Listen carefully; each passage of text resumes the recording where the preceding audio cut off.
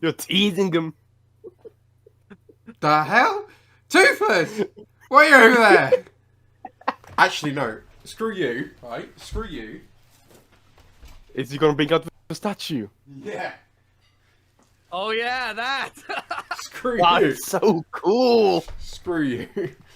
There goes Kevin. Don't drop it.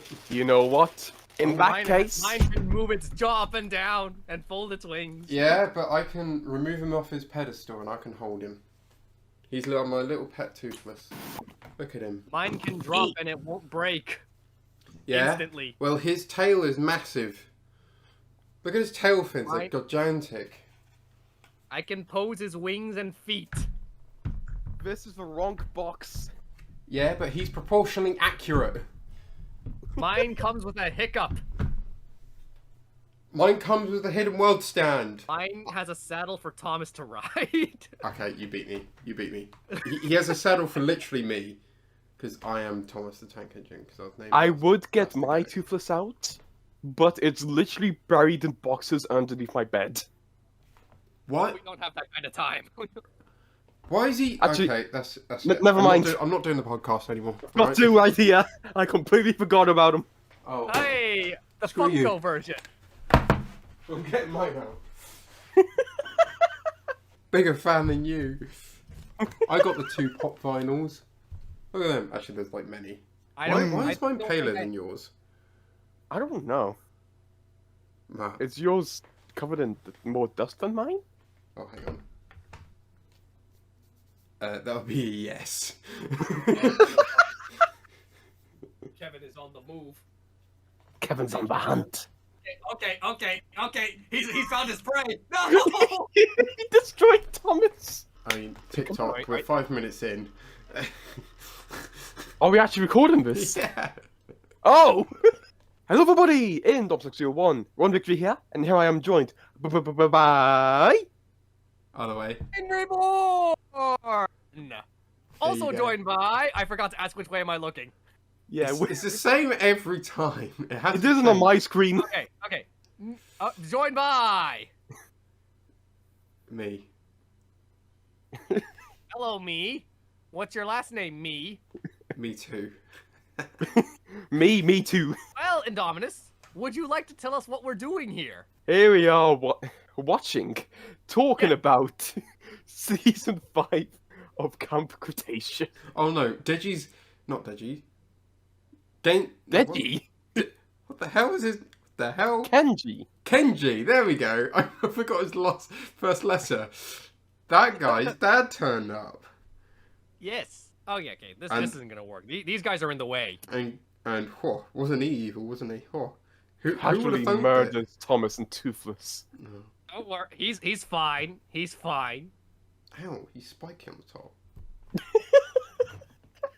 Mine is smooth. Mine can talk. Hello.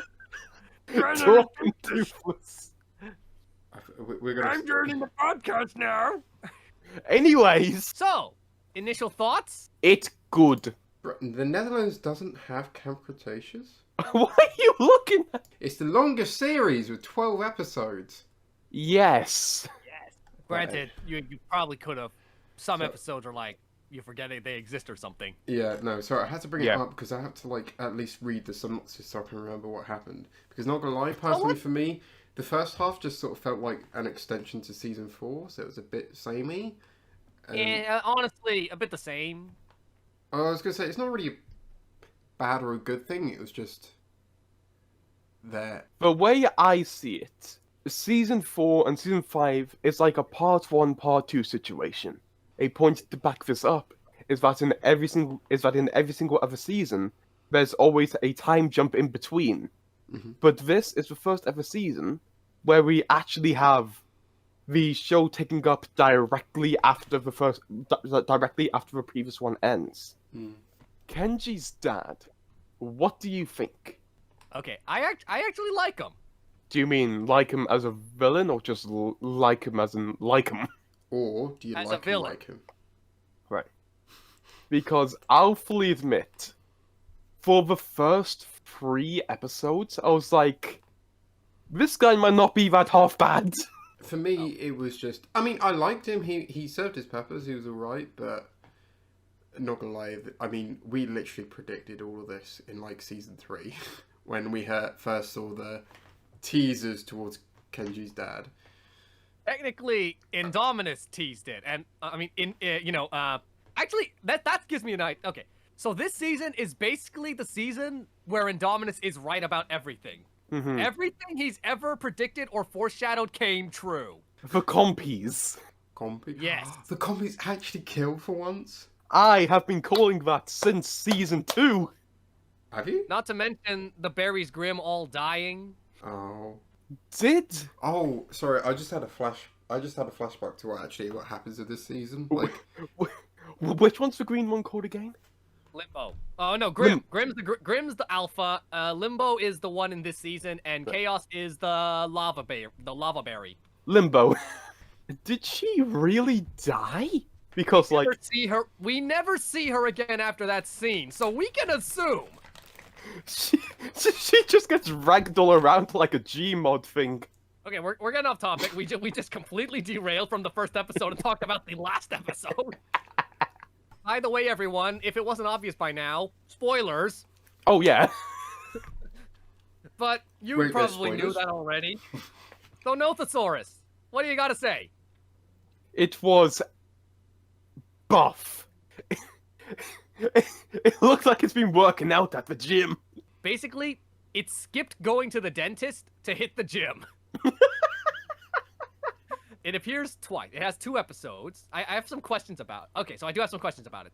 First of all, what was it doing there? Second of all, how did it not get cooked when the reactor was heating things up? Secondly, how did it live for so long down there? Is it like a sewer gator? Is that the situation we're going for? And third of all, the Dilophosaurus. It has its weapon of choice. It just picks up and goes. It becomes a mercenary in Fallen Kingdom. It was on the boat. So I see a lot of people getting excited for Nothosaurus. Is there like some sort of history with it, with the franchise?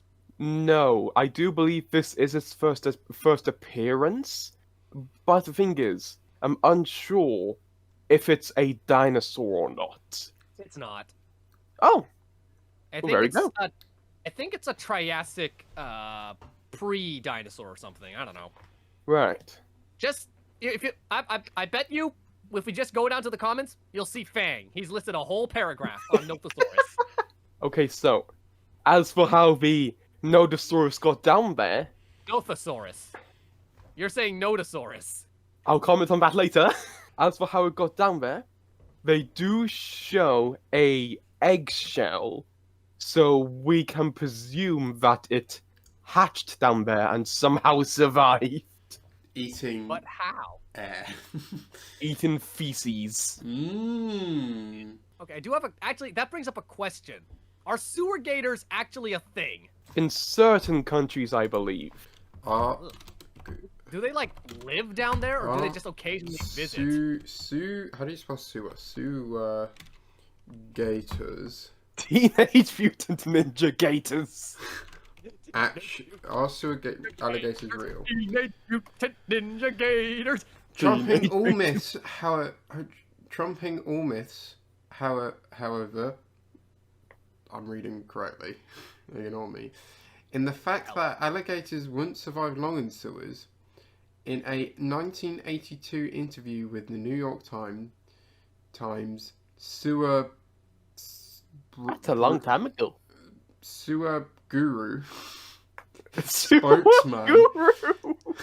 spokesman John T. Flathetery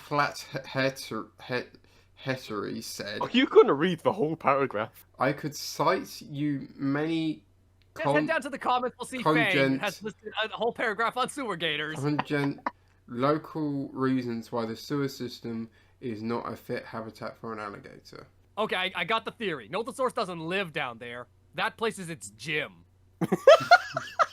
It goes there to work out with Brad X's. Yeah, the reactor is the saw That's room. why it killed the Brad X, because it needed the extra metal. The Nodosaurus is like a total gym bro. Well, We know what personality we're giving it in Dinosaur King. Is there a Novosaurus in Dinosaur King? No. But with our track record, yes. Sure. Okay, so anything else to say on Nothosaurus, or shall we move on? Oh yeah, Indominus, care to explain why you say Nodosaurus instead of Nothosaurus, or as Darius pronounces it, Nothosaurus? Okay, I'll fully admit, just like our friend Orca here, I am very bad at reading, so when I see Novosaurus, I went, oh, Nodosaurus! Yes, the thing chasing them down in the sewers is a Nodosaurus. This happens all of the time. Like, for example, Plesiosaurus and Pliosaur. No way. They're spelled so similarly. Like, I can't tell them from each other. Dyslexic gang, high five. Oh, the way, there you go. Oh, we missed. We just slapped each other's in our face. Ow. But they're spelled so similarly. Like, despite them being completely different things, whenever I see somebody type down Pliosaur, I read it as Plesiosaur. So this explains why every time we see 12 in Dinosaur King, you say 21. And also, not to mention, even Dinoceras and Dinosuchus. Like, Come they both begin with Dino. Next you're gonna say Deinonychus is mixed in there. Although, I do have one question where it comes to the Novosaurus. Where did it come from? Because we don't see any other Novosauruses on the island. That is a very good question. Like, is it like a guardian of the sewer? Sent there by Tank. Born, raised, trained, I got all in the Okay, sewer. I got it. Guys. I got the full backstory. This thing applied as a child. Actually, no. The mother applied this egg to be one of Tank's immortal beings. Tank said, I don't think so, and sent it down to the sewers. The Nothosaurus hatched, feeling rejected and sad. Put its time into getting buff. The full story of the Nothosaurus is rejection. Yeah, but I thought he got adopted by a rat. And now he fights crime. Okay, there would be 3 more. Yeah, there is 3 more. They just all died. This is like years later. And they'll all be named after Italian painters or artists. From this day forth, the Nothosaurus is named Raphael.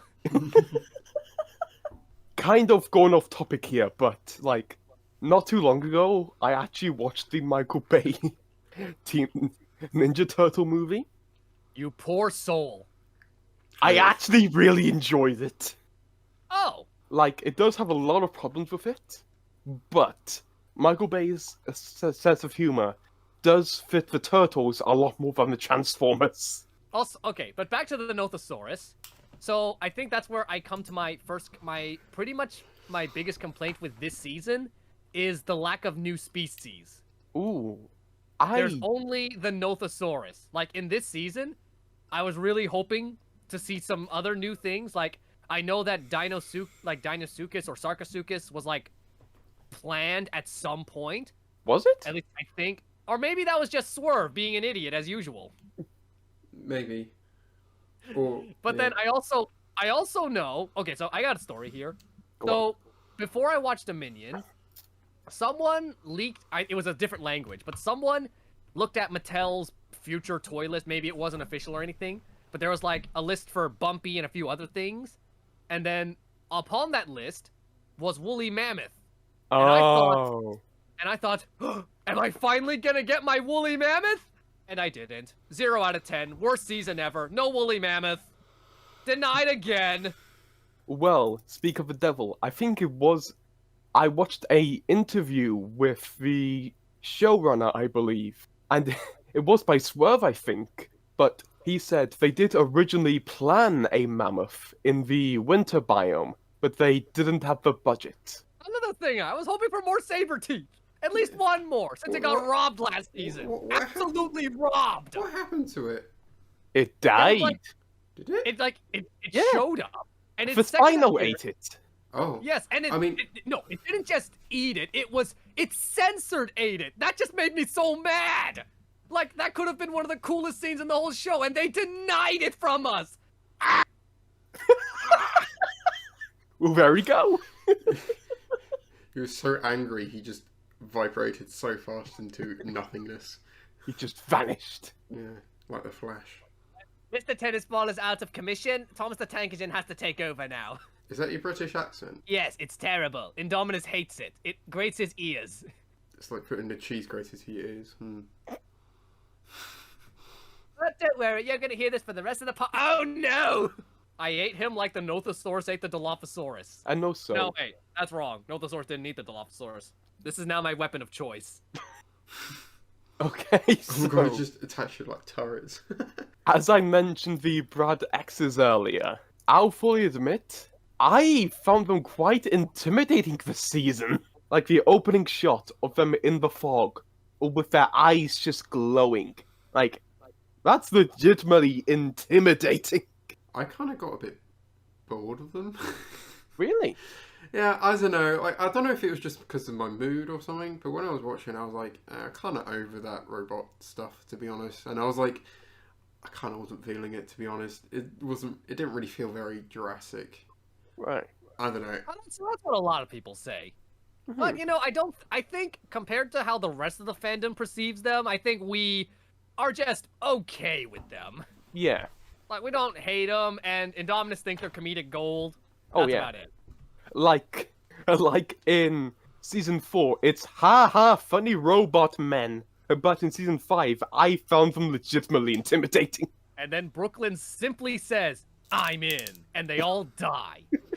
Except one. So the Thor finishes it off. No, after Brooklyn shuts them all down, there's still one Brad X going around by itself, which gets killed by the reactor, I believe. I don't remember what happened to it, though. I just assumed that the other the rusty Brad X they saw when they come back to the reactor was that Brad X. I presumed it was the one that was still running. That's what I thought. Like, I thought that was the Brad X that it destroyed in episode, what was it, 3? 4? I don't know. But then Hold on. I'm pretty sure the way it went is that they were in the reactor first. The Novosaurus destroyed about Brad X. They messed with the controls of the reactor. They left, and then in a later episode, they show there's a Brad X.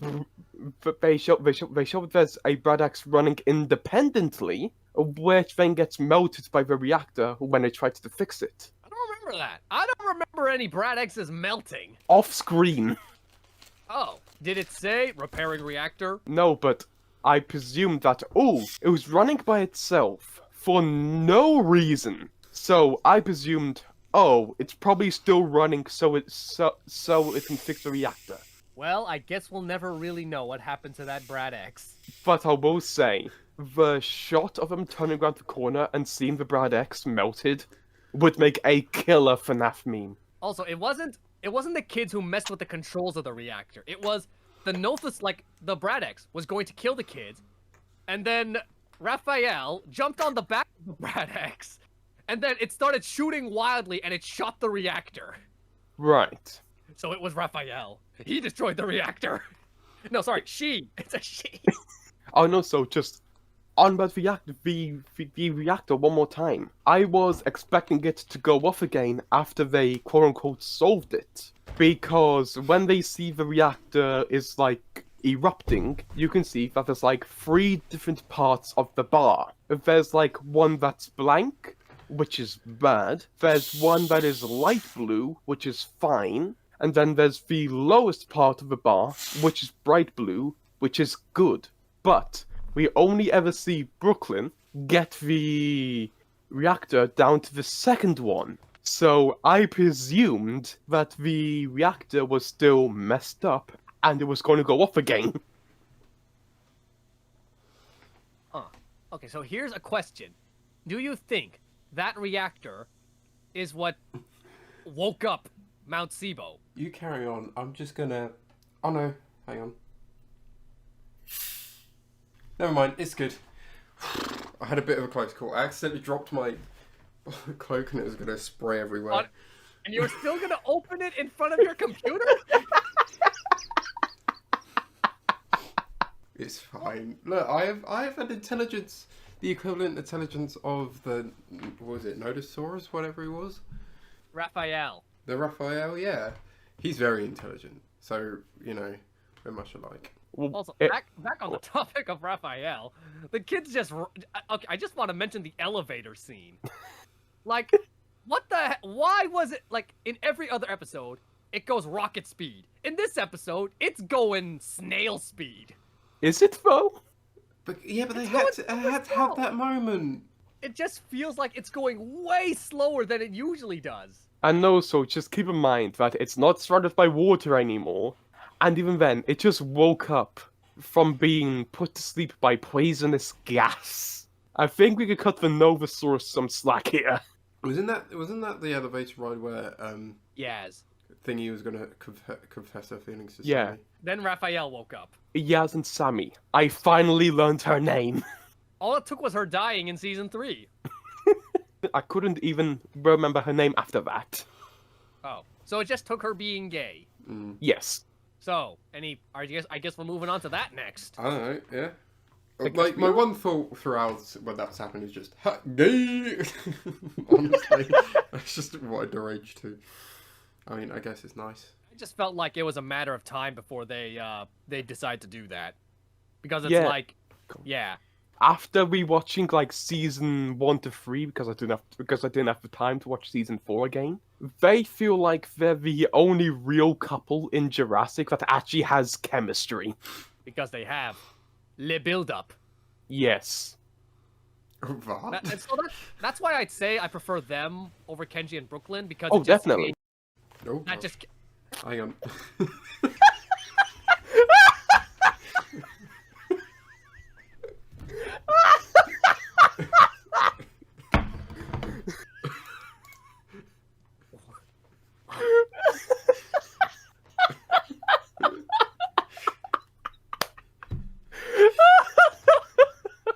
It was time for Thomas to leave. He had seen everything.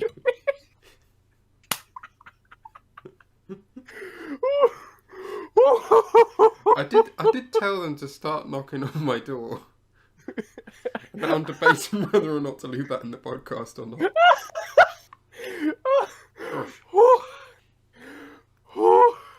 Gosh. Tank is really blessing you. Look at... Oh, there she's gone now. She was blessing you as you were laughing. Or do you need a Oh, minute? I've got tears in my eyes. Just your dad just walking into your room. Don't explain it. It needs to be out of context. I'm explaining it. With no shirt on. Just handing you Rocking. pizza on your bed. Rocking that sweet... Rocking that sweet dad bod. I'm gonna pet his belly later. Excuse me? Picking off where I left off, Orca, you okay? Cheese burnt my mouth. Okay, so picking off where I left off, Yaz, I prefer Yaz and Sammy over Brooklyn and Kenji because there was a build-up there, so it's like it doesn't just come out of nowhere, and it doesn't take them all season to figure it out. Yeah. It only takes them like 2 episodes tops. I really like that they get together because, once again, it's the only relationship in this franchise that actually has chemistry. I have a bit of a beef with Brooklyn. Her hair dye just doesn't like disappear at all. After like 2 showers, it's like completely gone, and then also new hair comes back through. And also, did she reapply it? Because Yes. Because before they were like, you can see a little bit of her natural hair, and then when they have their freshening up, and then they get completely muddy, like 2 seconds later, like in the art, like whatever. It the green, not green. She's not Jacksepticeye. The pink hair's completely back. That's the secret. She keeps putting it back. He lost her cell phone and replaced it with her hair dye. Or how about her natural hair color is just pink? It's been And she's dyeing permanently, the rest of her hair brown. She's just been an anime permanently character. stained pink. She's just an anime character. Yes. She had surgery to have her hair permanently be pink. Is that Her even second possible? dad is Natsu. Okay, so anyway, another thing, back to Yaz and Sammy. I just want to point out Ben, great wingman. Oh yeah, definitely. I think Ben just became my favorite character this season because he just says so many funny things. Not gonna lie, everyone else is coupled up. We just need Ben and Darius. Darius to couple up. No, Ben and Bumpy. That's like a parent relationship. Oh, Ah, yeah, you're right. That's wrong. Ben and he'll probably just find a. No, wait. What would he pair up with? A Suchomimus. Also, Firecracker and Bumpy never met. I don't think. Yeah. That was so Off sad. screen, probably. But not gonna lie, can I just say I'm gonna spoil the ending because we were like probably going to talk about this at the end. Yeah. Not gonna lie, Ben turned out to be quite sexy when he was older. I have zero comment. No comment. But I will say, that is a very nice way to have the Ben and Bumpy stay together without having a tearful goodbye or having Bumpy die in Nublar. I will say I do have problems with the whole entire island bit at the end, but we'll probably get onto that later. Another thing about relationships, when Kenji left the group, I could have sworn that Brooklyn was just gonna move on to Darius at some point, because again, that one sorta has a build up there, so I wouldn't have been surprised. I don't know. They have a very like friendship sort of vibe. Sure. I don't think there's anything Granted. romantic there. But then Yaz and Sammy also started out as friends, and look at them now. Nah, it's a bit hint to romance. I will say, a complaint I have about the season, this might just be me, but I didn't find it that funny. Like, I barely laughed. Not even when Ben spoke? Really? Huh. I guess it's just me. Because Ben would occasionally just say a joke, like Yaz. She's like trying to say, like Ben is saying, "Oh, Bumpy, we both had our best friends," and Yaz is like, "But what if you didn't want to be friends and you wanted to be more?" Yeah. And Ben is just like, Bumpy's a dinosaur. I don't think it would work." I like that There you one. go. There you go. But, like, since Kenji was the main source of comedy in the previous seasons, when he becomes more of a dramatic character in this season, in my opinion, it does seem like you lose a big part of the comedy. Okay, I see what you mean. I can see where you're coming from. Your comedic relief came from Kenji and the Brads, and both of those disappeared. Yes. So I can see why you wouldn't find this season too funny. Got it. I just never found the show funny. Well, there we go. To be honest, it is hard to make me laugh. In a show like if between mates, easy. Like say something funny now. Something Beans. funny. There you go. I'm easy to laugh. But What a story, Mark. I know. But in terms of shows, like I never laugh. Unless it's like British comedy, I never laugh. For me, it's the complete opposite. I will laugh at the stupidest jokes. Me too. I can laugh at stupid stuff if it's memes. And then there's just me. For some reason, I just have this effect on people where I will literally say anything and they will just start grinning stupidly. It's working already. You do have that kind of. I'm gonna have to say voice because I don't know what you look like. You will never. This is what I look like. What are you talking about? Oh, what's that big hand like? Keep on squeezing you every time you talk. They're like This giving is you. my neck. Don't you know? Oh, This is my whole neck. oh, that's just. I have a neck longer than the quiet one. Wait, so what was your neck attached to? It's attached to the building! Because it looks like very much like this, and then that's usually attached to a person. So Well, now that's just offensive. sorry for am I going too private? Yes. Oh, maybe you do A neck reveal. yeah, shoulder reveal. Here you go. Here's my neck. There you go. Oh what? Oh, exclusive, guys. Exclusive neck reveal. This Clickbait in is so the title stupid. and thumbnail. How did we go from talking about the ships of Cretaceous to my neck? I don't know. Carnivorous conversations, everyone. Okay, up to me to bring up a new topic to talk about. Toro's big return, I guess. Yes. I had a big smile on my face every single time he was on screen. Yeah, I gotta say, Toro's eye looked a little more raptor-like in his first appearance. Like, for the rest of it, he's fine. But for that one shot in particular, he just had, like, the slit pupil. I don't know why. I didn't notice that. Or maybe it was just the light covering most of his pupil, so it just looked like that. But either way, Toro came back, and he's mind-controlled for the rest of the season. There's a scene where the earthquake buries Kenji, and uses Toro to help him, and then he gets him to do a fist bump. The first dinosaur in Jurassic history to give a proper fist bump. I will say, if I was in Kenji's situation, I wouldn't have gave Toro a fist bump. I would have hugged him. Yeah, but careful. If Yes, if because he you goes can do like that whatever and you shows want. his coloured of the arms, he might end up mating with you. It was really big! No. Hold on. You know how big it was, Becky? It was this big, Becky. I'm calling his arms.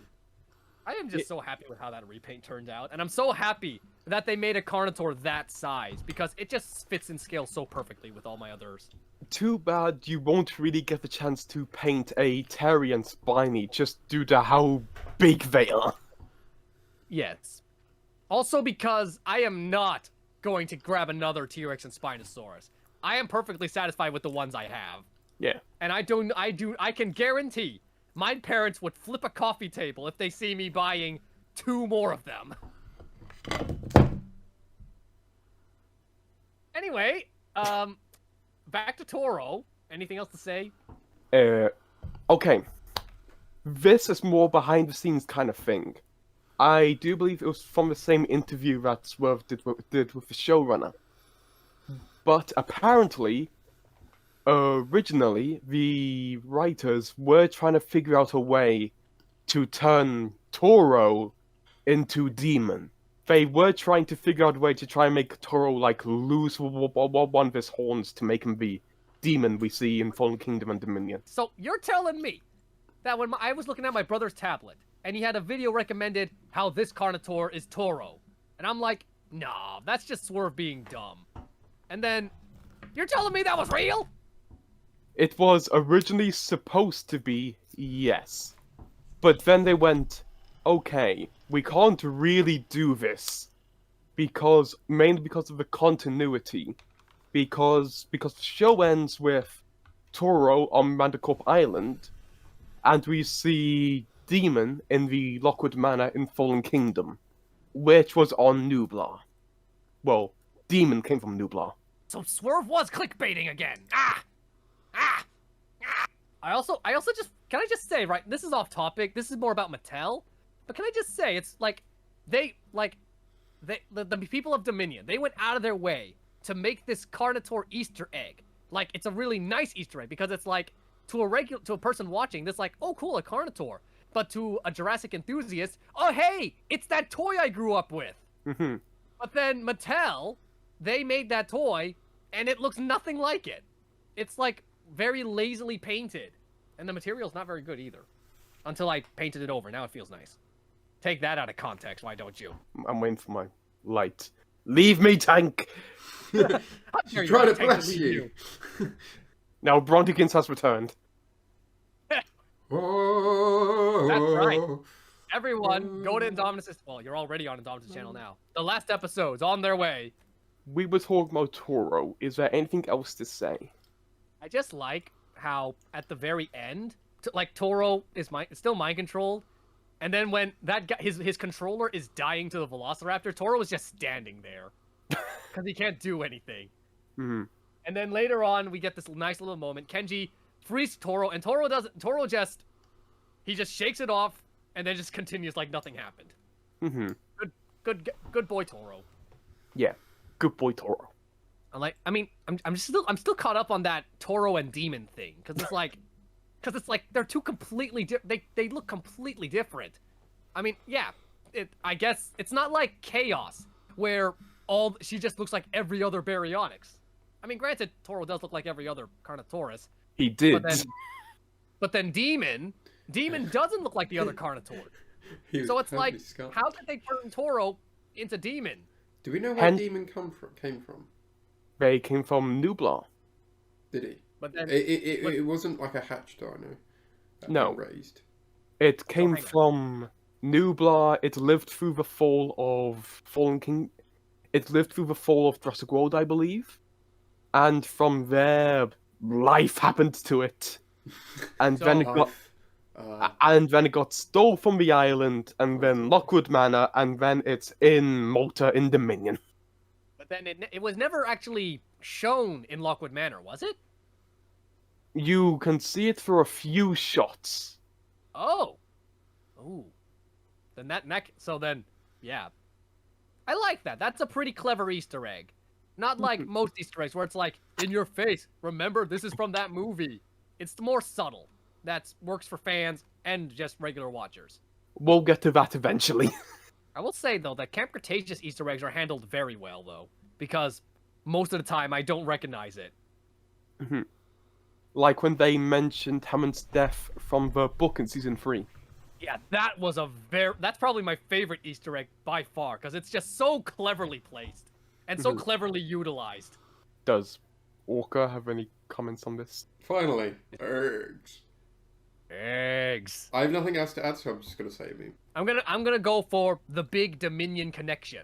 Yes. Dotson. We got Dotson. Oh yeah, I forgot about him. He did turn up, didn't he? Dotson. And he finds the can. The can. Journey of the can. Then come the brand new Dillos with brand new frills. Are they brand new? I mean, you can. Okay, so if you look at the Dillo that the Nothosaurus killed, you'll see the classic frill. But if you see the ones that attacked Dotson, they have more pinkish frills with different patterns. He's had a run with Dilophosauruses. Right, so... Foreshadowing! Alright, so... Maybe sexual dimorphism? Possibly. Maybe... Oh, so you're saying that's the male? Maybe.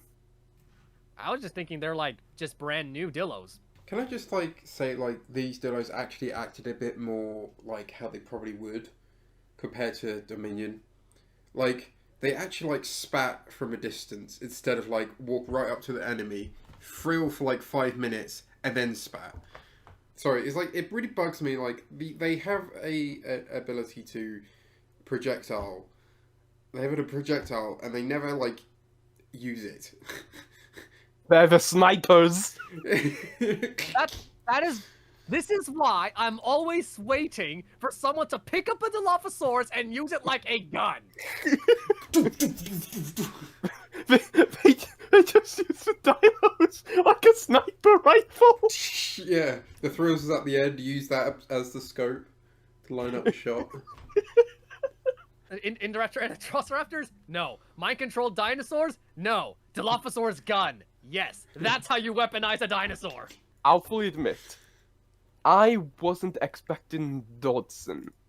I was expecting there to be a cop-out, like, oh, this isn't Dodson. Instead, it's somebody else from Biosyn. It's Ramsey. How long? It's the guy my mother thought was Darius. Did they? Because I'm trying to think. When did they write this? Then did they write? Because surely they wrote this ages ago, even before like we knew about Dominion or him turning up. This was also mentioned in Swerve's interview, but okay. So apparently, they were approached to make the show in 2017 before Fallen Kingdom released. Apparently, they were writing season 2, I believe. when Fallen Kingdom released, and Colin was writing Dominion when they were writing season 5, which was like late l- late 2018, early 2019. Gosh, that was ages I ago. know, and there was communication between Colin and the writers of Camp Cretaceous to bring this to life, like this. Fair enough. That's good. The collaboration. That's actually no. I actually can we actually like appreciate that because they actually like connected something between the films and the TV series, which like no other show does. Like even How to like Train Your Dragon. yeah. 9 Realms. Kung Fu Panda. Okay, hang on. Speaking of the Dominion connection, I have another story. So while I was looking through someone's channel, I think it was Pro C, one of his videos showed like it was like every dinosaur confirmed for season 5 so far, and one of his thumbnails had a Camp Cretaceous styled Ceratosaurus next to a Camp Cretaceous styled Giga, and I was like, okay, that's got to be fake, but it looks so real, but it's got to be fake. But then, and then I'm just looking through the show and I'm expecting, is this gonna be the Giga's origins or something? I was thinking the same thing while watching season 5 because when they lost all the DNA, Kenji's dad said, "Oh, we'll just take DNA from the island," and I presumed that would lead to Dodson actually taking dinosaurs from the island. So I was like, is the Giga going to secretly be on Manticore Island this whole time? But I was thinking that there was some random half-baked reason the Giga was just on Nublar and was never seen. For some reason, I thought they were gonna do that, but I am glad that the Giga was not present or even mentioned in this season. yeah, And that really was a fake image. But I gotta give credit to whoever made that fake image, because it was believable. save that origin story for the future. Giga, a Jurassic story. Hey, I would No. watch it. Get in line. Journey of the Can first. And then Moser. Yeah. The next trilogy, Journey of the Can. What the heck? I think Carl just tried to attempt to murder Rex. Good. 1 second. Yes. Oh, ow. This is actually the second time Ace has murdered someone. What? So, my Ace repaint toy, he has meh balance. I posed him right next to Rex, my clay Rex. So he's fallen down on Rex and broke his hair antenna. And I had to glue it back on. Another thing he did, he also took out my boy Utah's mohawk. No. Thankfully, I was able to glue it on, and you can barely tell it was even removed. Right. But still, Carl, you're a mad lad. Your father's a mad lad, boy. Okay, so Dodson, the voice actor. I'm like 90% sure it wasn't the actor who played him in Dominion. You can tell because he didn't say, "Got any food?" He didn't. I was half expecting him to just walk up to Toro and say, "Got any food?" Toro just vomits on him. Oh no. No, Kenji orders him to make a pizza with his tiny arms. Toro is the pizza. Also, I just want to, what was Dotson's list of dinosaurs? He wanted a Dimorphodon of all things. Yeah. It's like he's asking. That's just funny. You got this all-star cast: Spinosaurus, Baryonyx, Toro, Dimorphodon. Just Look, a Dimorphodon. Here, look, he appeared in like the end battle. It was a crucial creature. A knockout? No. Dimorphodon. That's just my meme. That's just my meme now. Jurassic World, Camp Cretaceous, and Dimorphodon. just like written in crayon. The Dimorphodon inserts himself into every movie. Jurassic Park and Dimorphodon. What do we think about that like final battle though? Indominus is just doesn't care about it. I actually like it. Like the one line of dinosaurs, the other line of dinosaurs. I am not a fan of it. I do understand why they're doing it. They're guarding their territory, but I I don't like the way it's executed. It felt like the shoehorned sort of everyone comes together, like the Avengers. Well, more Star Wars shoehorned it in. You know, at the end with the Rise of Skywalker. Oh, the ship's arrived. You know, they're all on your left. The Spinosaurus appears. Oh. Honestly, I'm okay with it though. Cause like, how do I explain this? I do have some issues. Like, I get why Pierce and Big and the Eddies are fighting, but what do the Velociraptors gain out of this? Why are they getting involved? And of course, the bad guys, they have no choice. They have to fight. I mean, that's really my only problem. Why did the Raptors get involved? Yeah, I mean, they just did try and force like a bit of a team fight, which it just looked really silly. It did look a bit silly. It was like, okay. I mean, I saw more of chaotic, and you guys both know that I'm a huge fan of chaos, which is why I love this. The Raptors don't really add to anything. They're from Sauna, and they have the most generic design ever. I thought they would be like the Sauna Raptors, like, you know, the weird in Jurassic... No, 3. Yes, They're the Sauna Raptors, aren't they? Yes, that's Quilliam. Yeah. What? Wouldn't they have those designs if they're from Sauna? They Okay. should have. There are two different groups of raptors. There's the ones in JP3, the ones with the quills, and there's the tiger raptors. Oh, yeah. Now, we talked about this last season, but in Camp Cretaceous, they retconned Echo's design to look like a tiger raptor. Literally, all they needed to do was reuse Echo's textures, and then boom, Sauna Raptors. But instead, we got the Jurassic World Alive Velociraptor. And not even that, the ones in Jurassic World Alive are beige. The ones that appear in Camp Cretaceous Season 5 are more of a green. That just reminds me of Swerve. How he went on a whole rant about Big Edie being green. But she wasn't green, she was blue. Exactly! What the heck, Swerve? No, so she's a she, so she can't be green because green is for males, I think. And yet Swerve went on a whole rant about how Big Edie breaks continuity because she's green. And only male Rexes are green. And I'm just watching him like, you colorblind, bro. He might actually be.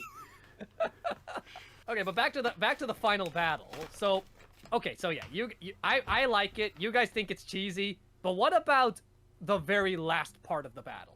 Okay, are you referring to the part with Limbo or the Spinosaurus?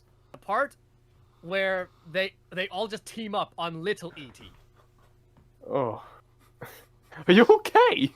I bit my tongue. Oh! You Oh. poor man. Oh, man. Oh. Take 5, everyone. We have a no. medical emergency right now. Beep. Please stand by.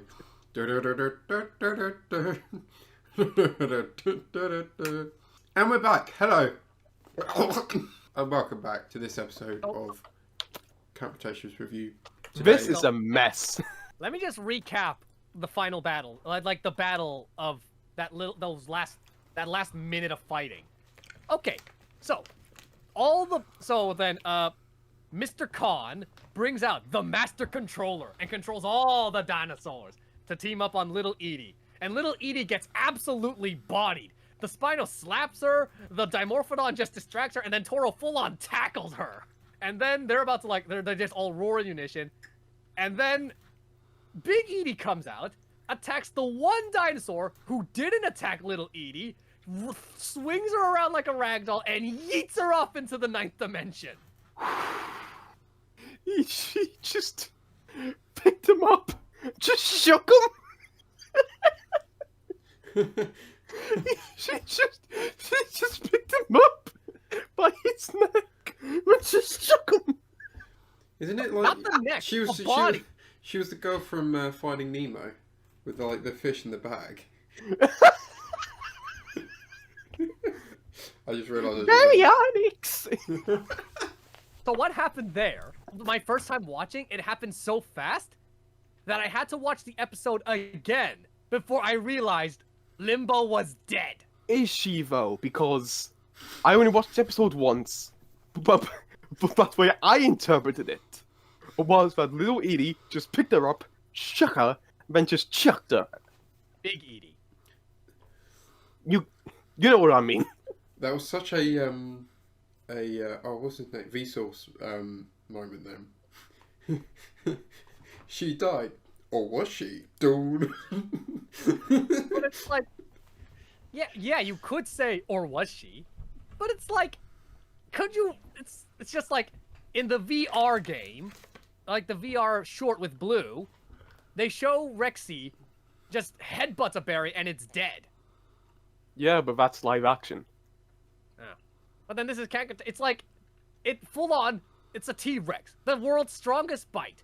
It picked up that berry by the body, shook her around, and then yeeted her, and we never see Limbo again. So unless Limbo is just hiding in the background in that final shot and I just didn't see her... I will say, I didn't realize we don't see Limbo again in the show until like an hour ago. It took my second viewing to realize what had really happened to her. And I'm very sad about it. Who's Especially Limbo? when it basically confirms Indominus was right. Chaos was cooked alive. Also, I just want to mention, when Limbo, all the dinosaurs when mind controlled, they walk normally. But when Limbo is mind controlled, she stands upright. What? Not like fully upright, but like she's elevated a bit. Right. They moved so much like video game characters. I mean, it makes sense because they were literally controlled with like an Xbox controller. But I will say, when I was watching the scenes, I did go, oh, they're moving kind of unnaturally.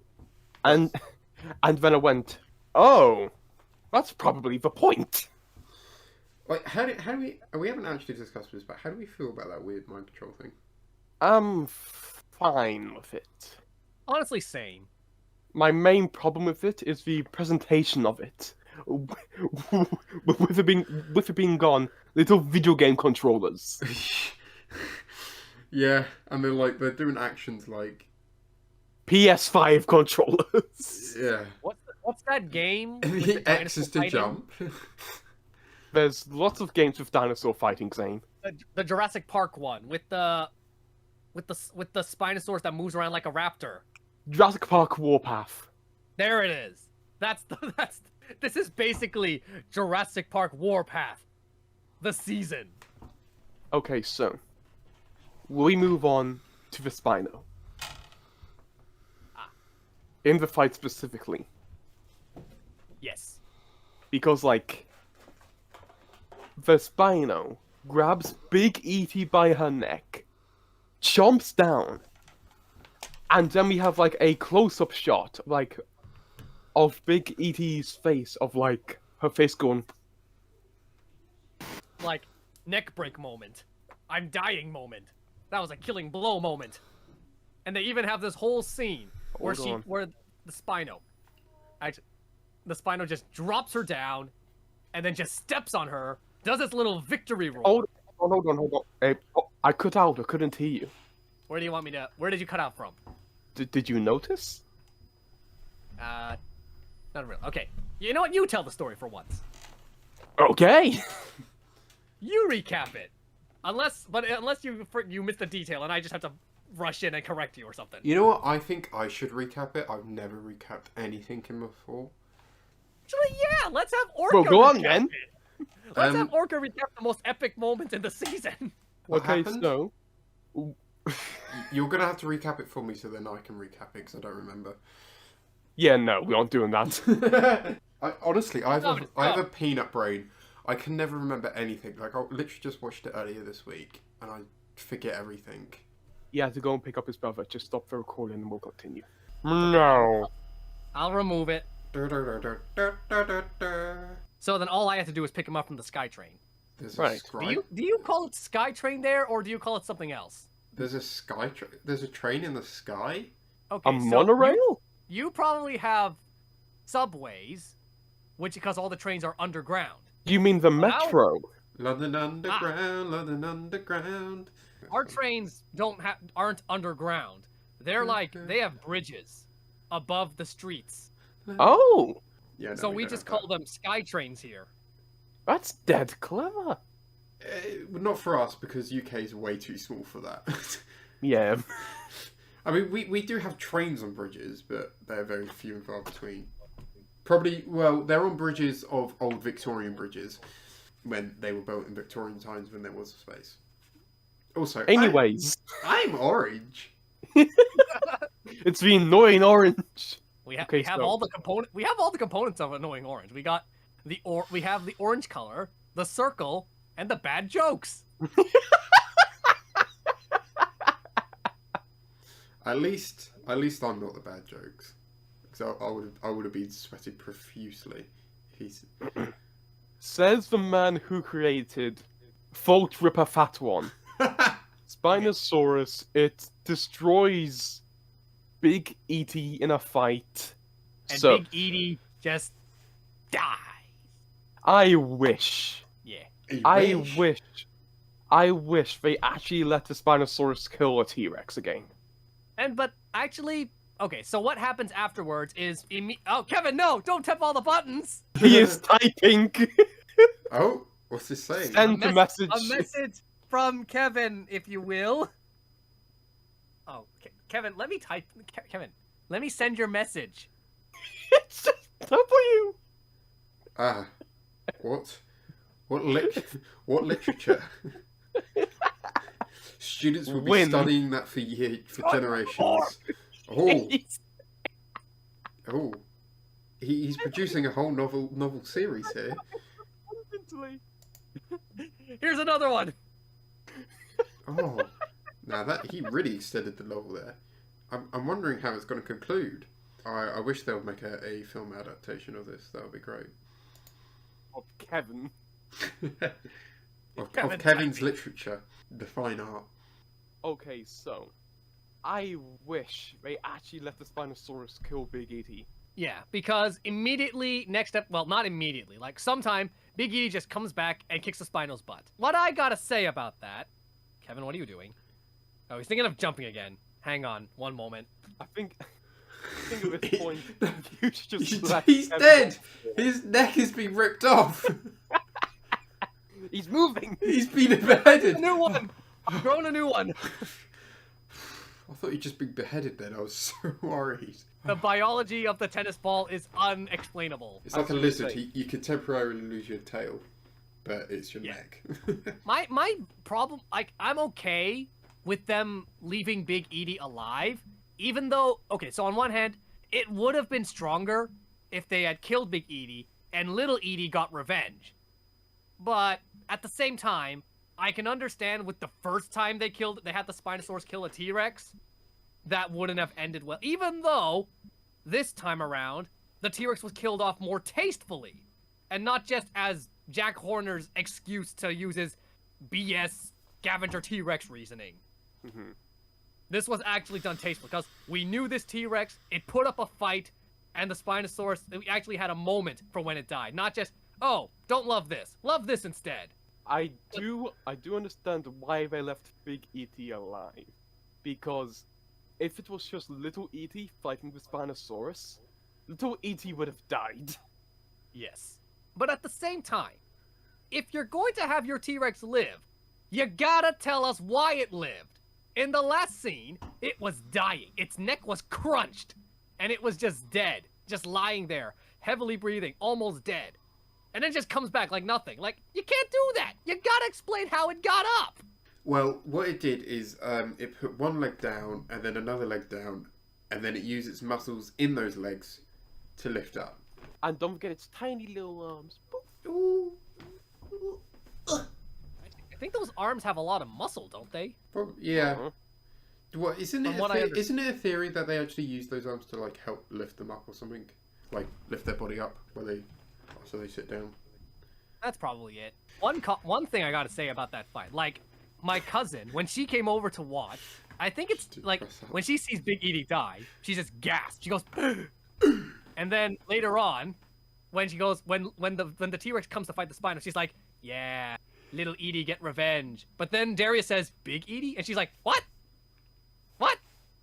How? Honestly, I think that's pretty much the same reaction. T-Rex dies. I can just hear everyone go gasp. I gasped when that happened. Did you gasp? My jaw was wide open. Did Orca gasp, or was he just unaffected? My jaw was wide open, but for a different reason. I yawned. But difference. You were like...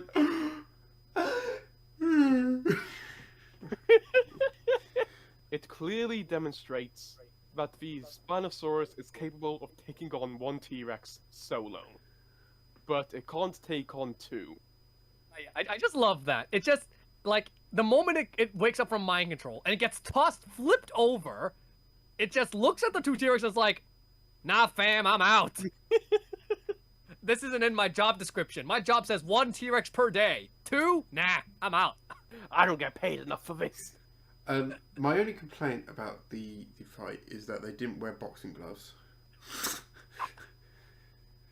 I really wanted to pay like extortionate prices to go to a boxing arena, and then it to be a draw, and then they had to set up a rematch, and then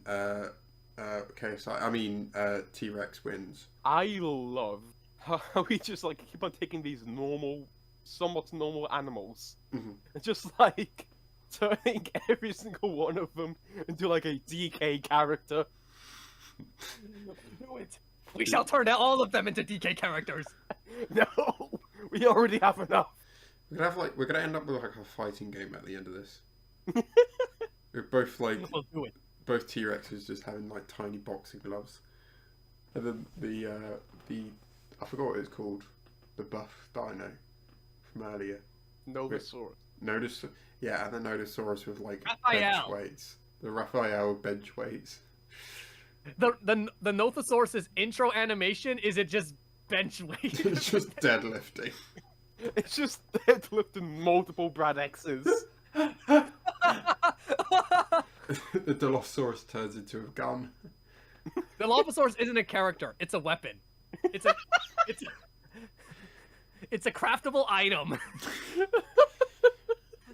What we end up doing this like in every podcast. We always like make our like weird jokes or analogies into like something. Like I swear in like the prehistoric planet we made a Tinder profile out of it, and now we're making a fighting video game. I have a question. So the Spino versus T-Rex in Camp Cretaceous, including like both versions, like when the T-Rex loses and when the Spino just boogers off. Do you prefer that or the one in Dominion? Ooh. Because if I'm gonna be honest, I actually like the Camp Cretaceous battle more than the Dominion one, because this one has a little more context to it, and then also nobody dies, which again, while Big Edie dying would have been better, I'm pretty satisfied with the results. If they had just included a reason for why Big Edie lived, I would have been happy. But I am happy with those results, rather than the Giga just because he's the bad guy for some reason, and the battle just happens, no reason, it just has to happen, and the theory just happens to be there. It just feels very scripted. Does the battle in Camp Cretaceous end with the Therizinosaurus end with different species posing, creating a eternal friendship as lightning strikes in the background? Excellent point. Excellent point. That is hard to compete with. Granted, the final battle was interrupted because as the Spinos running away, the T-Rexes are ready for more. They were gonna chase it down, but then the siren went off, and then they got hit with the knockout gas. Hey, Monolophosaurus was here. It was in charge of the gas. Do you prefer the Dominion? The Dominion final, the Giga versus Rex, or the Rex versus the Spino in Camp Cretaceous? One has my favorite dinosaur. The other one doesn't. I see. Enough said. However, put my bias aside because my favorite dinosaurs are in one, I'd say they're around equal level. Okay.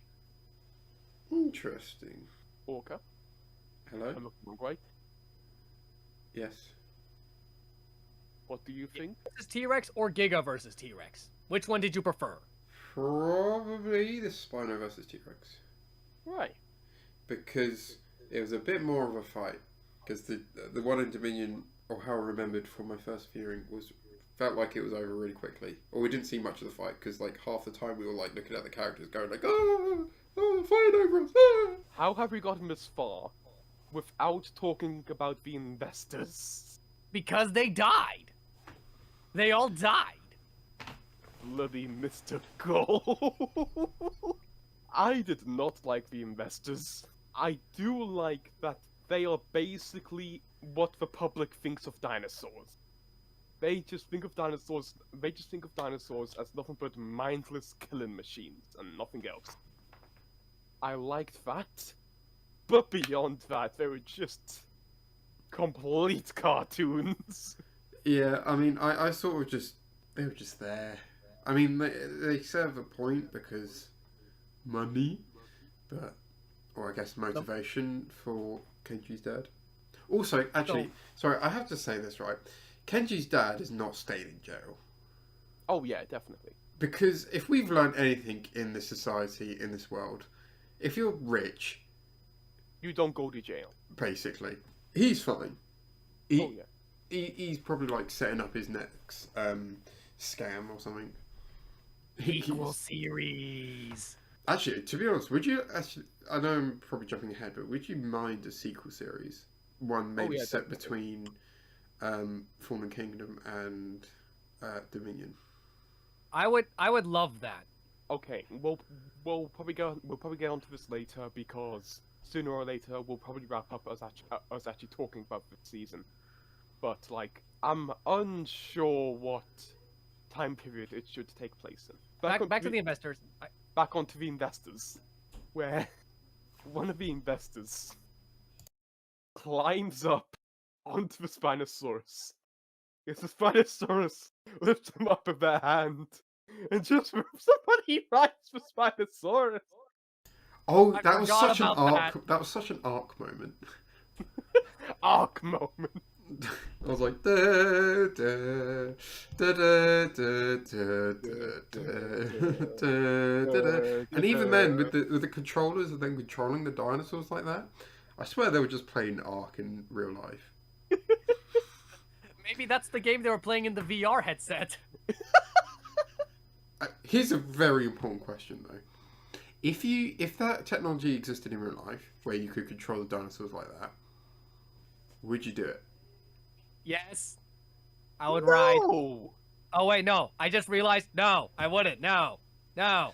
Oh, I realized what I just said. Animal. I completely forgot about the forced against their will bit. I'm so sorry. Yeah, that's such a catch-22 question because like your brain goes immediately, yes, I want to control dinosaurs. I want to be best buds with the dinosaurs. I want to fist bump like a T-Rex and Carno and Spino, and then you realize, I would much rather the Ichthyon arc, where I just have to feed it, make it my friend, then I ride it. Whee! but that won't happen. Honestly, I think out of all the, because again, I only play Arc Mobile. My favorite aquatic is the Ichthy, just because it has this thing where nothing attacks it. I can explore the ocean without having to worry about eels or jellyfish or sharks nibbling my tail. Sorry, the fact that you said you only play Ark Mobile. The real Arc. Granted, I Okay. haven't played Arc Mobile in years. Mind you, we're all on 3 different platforms. Zane's on mobile. Adonis, you're on console. I'm on Xbox. Yeah, console, and I'm on PC. PC. PC's one's the best, mainly because of the S Plus mods, because it actually makes the game playable. Indominus. Remember that little story? Well, I guess it hasn't been revealed. The episode hasn't come out yet, but remember that certain story about Kevin you made? Yes. He's doing it again. No. He's right. He's already fighted with Shets. Spoilers. Oh, never mind. He didn't kill anyone, but he did kill Gordon. Okay, so, I have 2 things to say. 1, I watched an Easter eggs video of season 5, and the guy who was making the video referred to one of the investors as the gamer. The gamer? The gamer. The gamer. Like the bald woman, just referred to as the gamer. I just called her bald. Speaking of the bald one, that's the most memorable one to me because I really like the way she actually goes out. Bald. Bald. Bald. Bald.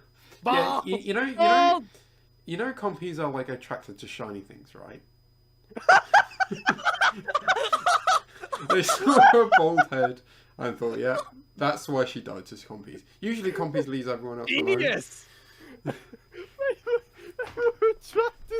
to the knocked on her forehead. This is why no one else has died to compies because they only want the shiny one. Exactly. That's what they called Dieter. He just had a massive forehead. Okay, another thing. So, as I've said before, as I've clearly stated with the Smilodon, I do not like that death because of the censoring. That's one problem I have with the show, how they censor most of the deaths, and most of it is, like, not really good. This one was actually pretty good. Because they show the phone falls down, and you show the compies closing in on her, and then the phone goes face down right before she dies. That was actually pretty clever. I like that one. Now Kevin is playing Spider-Man. I mean, in terms of the censorship, it didn't really. I mean, it technically bothers me. Like, obviously, it does. Yeah, like it does bother me in the sense that obviously I would like to see a bit more, or some of the cutaways look a bit forced. But on the other hand, I think the point of that it is supposed to be a kids show, so it sort of makes sense. I remember even like one point. Actually, I remember one point. I think I'm jumping ahead again, and thinking. I think it was the last episode, or when the original people in charge of the camp Cretaceous came back to the island with Darius's brother, and then they walk into a camp, and what I could presume is like a dead person, because the guy sees it and just vomits. It was actually the Sinoceratops head. Oh, okay. That confuses me then. I thought it was just like a corpse. No, that was the head chopped off by Mitch and Tiff. And it's obviously been there for quite some time, so it smells bad. Yeah. Oh yeah, do we have any opinions of them returning? Nah. Not really. I mean, honestly, it makes sense, because I was a bit worried, because they were like characters in the beginning, and I was like, surely they would have some sort of guilt or responsibility of the fact that they lost 6 children. You have to wonder why they never came back, though. Yeah. Like, why did they wait till now to come back? Yeah, because they did think. If I remember, like, it was the end of the first season. Like, they were like suspicious in the fact that not suspicious. They did think that they were alive. Yeah. So yeah, as I say, like I do agree. I don't know why they only came back now, but I guess Darius's brother sort of prompted them. To be honest, do not really confuse me though. When I first saw them, I thought they were Anna Gunn and Ellie Sattler for a second, because the lady was wearing like the same clothes as Ellie Sattler in like the first film, and I thought, hang on, what? What? And then I realised, oh, it's them. Because I completely forgot. Meanwhile, the other guy was dressed like Owen. Yeah, and it really confused me for a second. I was like, what the hell? Because I just saw the clothes, and then I realised like a second later, I was like, oh, right. Yeah, that would be dumb. And then Dave just continues to traumatize Darius's brother with stories. I just love the thought of Dave just traumatizing people by just telling stories. Like he just goes around telling stories of a normal day in his life, and the person who tells it to has to go to therapy because of it. Oh, I had another thought. What else did I have? Okay. There's a really cool scene with the Parasaurolophuses. Is it though? For me it is, because Parasaurolophus has always been seen as weak and stupid, and this is the only time they finally does something not weak and stupid. They buried a dying Parasaurolophus in leaves to distract Grim. No. So Chaos wouldn't go after. Yeah. How do you remember very specific scenes? I don't know. It's because herbivores. Like in the same season, we have 2 stegosaurs in the path, and then all Kenji does is make Toro roar, and the stegos just booger off. Stuff like that just makes me pretty frustrated. Like two stegosaurs, 2 full-grown stegosaurs, run away because Toro went roar. They didn't even put up a fight. Stuff like that just makes me mad. So when I finally see a para do something that isn't stupid, I remember it, and I consider it awesome. It's why I love the Tyrannosaurus in Season 3. It's why I love the Parasaurolophus here. Stuff like that sticks with me. I forget half the season. This was probably in the first few seasons as well, but I noticed that, of course, Sally the Stegos in Jurassic World don't have beaks, because Jack Horner couldn't care less. But the ones in Camp Cretaceous, it looks like they have the outline of a beak, despite it kind of still looking like lip. I mean, you could just go to like Season 2 or Season 5 and you'll get a good close-up of a Stegosaurus's face to find out. Bumpy! Yes. Because Bumpy has a return here, but not just that. She has a really pretty intense scene with Ben when being mind controlled. To be honest, I'm not that big of a fan that she kind of starts resisting it. Yeah, me neither. It reminded me of the ending of How to Train Your Dragon 2. Yeah, but I feel like Yeah. even then, like in How to Train Your Dragon 2, it probably makes a bit more sense. With this, it feels like it doesn't because it's like technology and it's literally a chip in their brain. Like, how can you resist that with bonding and friendship? I don't know. I mean, it is just stuff that we have seen many, many times before, not only in the end of Dragon 2. I mean, I remember it in like Pokemon with like between Ash and Pikachu, like that's happened many times before now. So, but I did feel the emotions that they intended to, so they got the point across. Also, before that, before that whole, you know, I don't want to hurt you, even though I'm being mind controlled. Before that, Bumpy is like, wow, Ben should have died there. Like, Ben, she literally headbutts Ben, and he crashes into the cage. How is he still alive? Ben moment. I mean, to be honest, like, Ben did survive like a horde of pterodactyls in like the first season. Before. What did you say? What did you just say? What did you say? I knew that would get you guys. Pterosaurs. Vanishes. Wow, he's gone through space and time there. He's gone back in time. Oh my god! Oh yeah, so my point being, he survived a horde of flying reptiles in Season 1 before he went all like Rambo. But Bumpy, that's like getting hit by a truck. Yeah, but he fell off a monorail. He fell off. His view's dropping, he loses subs, he fell off. L plus ratio. Okay, one little bit about mind control. A lot of the time, it didn't really feel off. Like, for example, when they controlled Big E.T. at first, it didn't look like she was being controlled. It looked like she was just moving. It didn't look like she was trying to resist it. Or it doesn't look like that she doesn't have control over it. But there are certain moments where it like really like punches you that, oh, this thing cannot move. This thing is under control. A specific moment is when they take control of Toro and he just pauses when he's just about to attack. I would have preferred if we had more moments like that. When they aren't being controlled, they just free. I completely forgot that Angel and Rebel existed this episode. Yeah, I mean, like, how are they going to like come and affect into the future? Because the franchise has kind of moved on from the hybrids, yet we have two living ones. One thing I gotta say, I'm very upset about, we don't see them grown up. Another thing about, like, what was the point of the hybrids anyway? Because it's like, they're not in any of the games, they don't have any toys, so it's like, what was the purpose of them? Are you on about these bananas specifically? Yeah. To be honest, yeah, actually like, that's true. I was expecting them to be like a lot more marketed. I guess it really is just there for Sammy because they exist because of her. Yeah, I guess, but it's like... Oh, actually, yeah.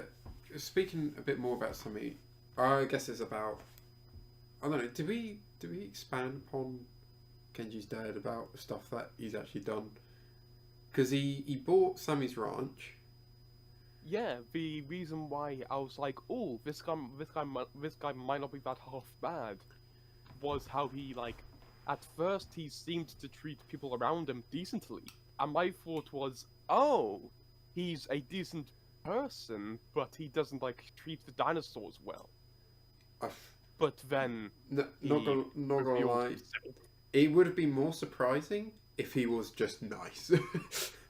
we saw that from a mile away. I knew there was going to be a big twist. Like, I mean, he did like return Cash from prison to work From the with dead. someone who he tried to kill, which Oh yeah, I think Cash Charles going to died. have a field day with that. Keep forgetting Cash died this season. No more high-tech robots because Cash is dead. One thing about Mr. Khan, Kenji's dad, my brother actually really likes him as a villain. Okay. Like he actually says that that's what he wanted Dotson to be in Dominion. Right. Oh yeah, And yeah. he's gone as far as saying that Kenji's dad is probably his favorite Jurassic villain. Oh, okay. Yeah, he's definitely better than I can Dotson. see why. I did like that he. I mean, I obviously knew this was going to happen, but I did like that he sort of manipulated Kenji, and then Yeah. obviously a whole arc of him going like, "I want to go with my friends now. Screw you, Dad." Oh yeah, we completely brushed over that actually. My brother would not shut up about how he was worried Kenji was gonna become a bad guy this season. And I'm just like, bruh, calm down. Bruh, you gotta stop worrying about the stuff. And he's like, but what if he becomes one of those characters that used to be a good guy, but then starts doing bad things that makes me hate him? No, bruh, calm down. Calm down already. He's gonna be just fine. And then we see what happens to Kenji. And it's like, why he turned away from his friends. It's completely believable, because it's like, his dad came back, and his dad is actually treating him the way he's always wanted to treat him. And then his friends, they're just going behind his back. They're doing things in the shadows, not letting him in, not telling him what's going on. He's starting to like, dude, you guys don't trust me or my dad. Yeah, And then finally, they nearly trample him with a Spinosaurus. And then the next episode, they're like, how could Kenji do this? Why would he betray us like this? And I'm like, you nearly killed his father? Maybe that had something to do with it? I mean, you guys know he's bad, but he doesn't. That's still his dad. Yeah, I mean, yeah, even if he's bad or not, he's just killed the guy. But many- no, I do have to agree. I think how they handled it, like, because it could have been very easily them to like really force the Kenji turning, but I think it's quite believable because even throughout before in the previous seasons, he has talked about his dad a lot and how he's you know, tries to please him or Since season 1. pretty much, yeah. So, yeah, obviously all this does feel quite natural or natural progression. So a natural conflict that doesn't feel very forced. Congratulations, writers, you did it. Although that just brings up something. These kids, they're going on about saving the dinosaurs, but how many people have they killed in the process? That's a very good question. Yeah. Like, how many people have died because they chose dinosaurs over people? They're going to have a field day after Fallen Kingdom. There's Mitch and Tiff. That's 2. Oh, and then there's also Hap. No. What's the name of that guy? The mercenary that was killed by the Barry's Grim. What? Hop. Hop. Have you ever killed a man, Hop? Have you ever killed a man, Hop Pop? Don't feel safe! Saying things! I don't remember Eat this the one. rich. Okay, that's 3. And then what? Who else? I guarantee some of the mercenaries from the Fallen Kingdom event have died. Yes, so that's at least 2. That's at least 2 more, so that's, what is that, 5? That's 5. You have the 2 of the investors and Cash. That's another 3, so that's like, that's 8. And then you have the rest of the mercenaries that were controlling the dinosaurs. Oh yeah. 11. That's like another, that's Mr. Hawks is dead too. So yeah, they've killed 11 people. Oh god. Oh my gosh. When the dinosaurs get to the mainland, their kill count's gonna skyrocket. Well, one of them was a self-sacrifice, but we'll just ignore. Nah, Yeah. So 10. Yeah. But that's Double still a digit. high number. 10 people died because of their actions. Holy moly! This Orca, is you got a point. They're gonna massacre people on the mainland. So, yeah. villages destroyed. Just You know, because they want maybe- to save one Apatosaurus. Maybe I don't want a sequel series now. I feel like there won't be. Anyway, no, sorry. I'll have one more point before we get on to the ending / the future. Yeah. Because I did mention briefly when when you asked me about my thoughts, and I was said, in hindsight, I am a little bit disappointed that the Scorpius Rexes didn't really return. I can understand why Yeah. you'd feel disappointed. I'm sure a lot of people wanted more Scorpius, but at the same time, I understand why it was kept to that one season.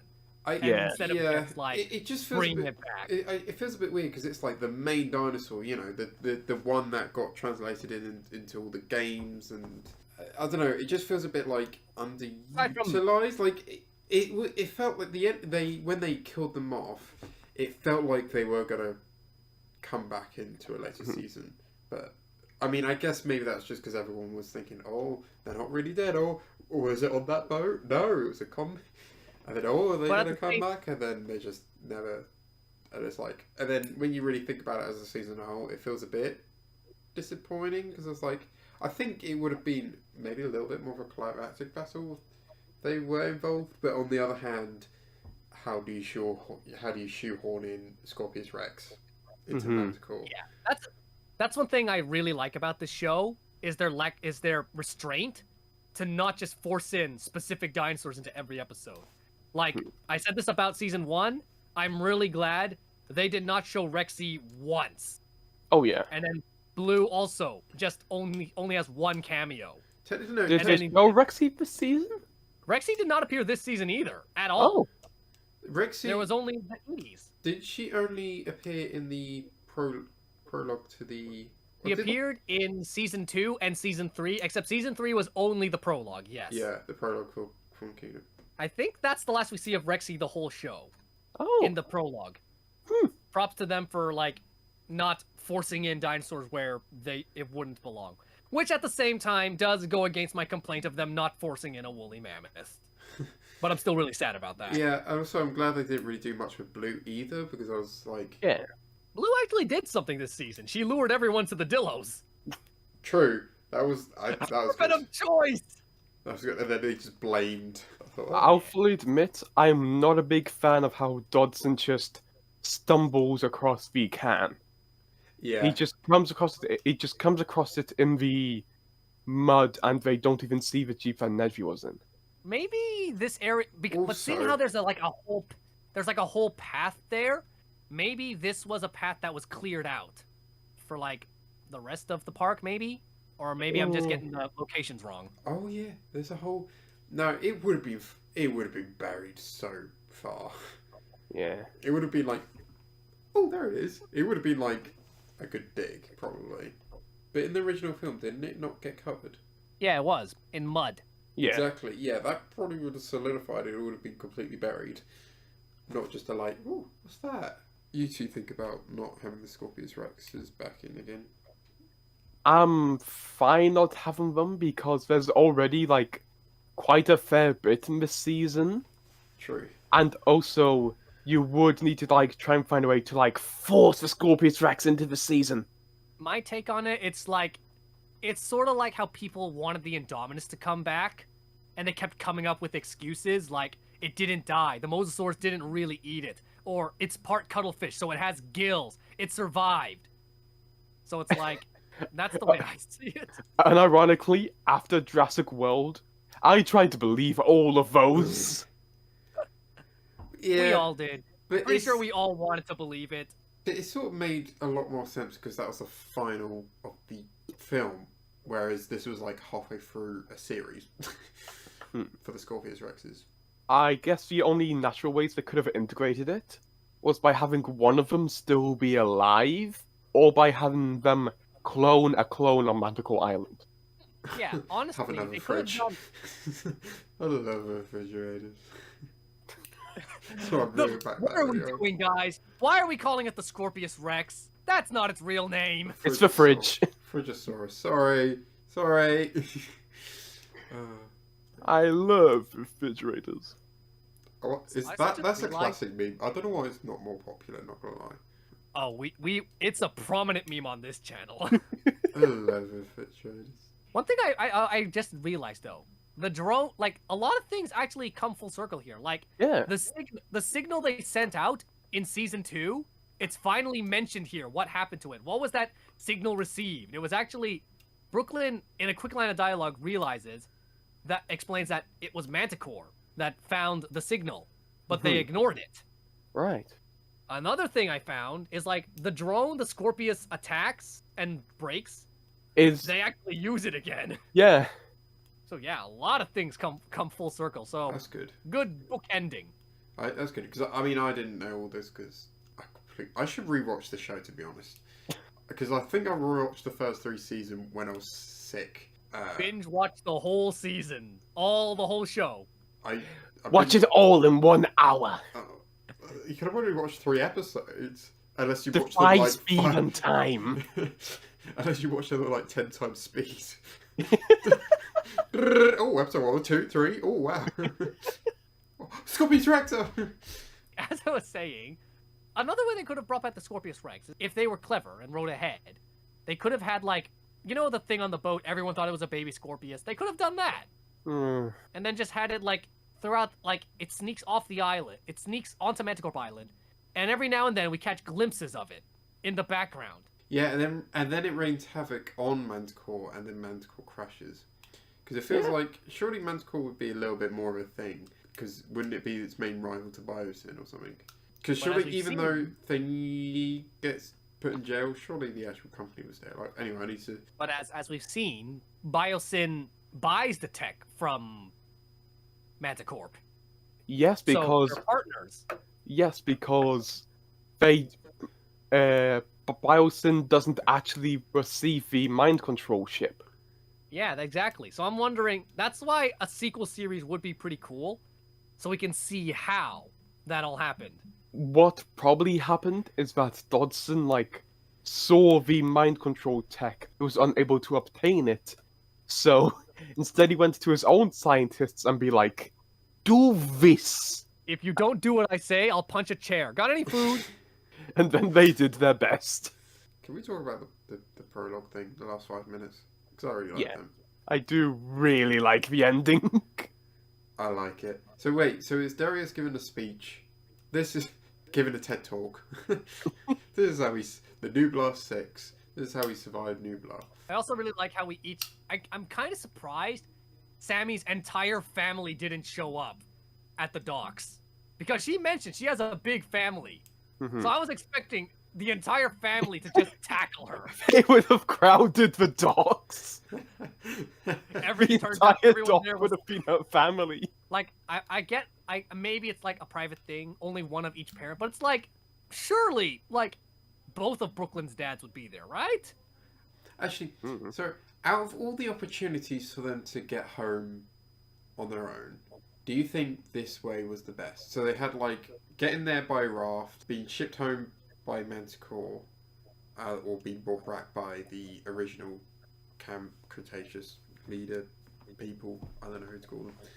I would have preferred if they somehow managed a way to take the situation that they're in and have them be crucial to getting home.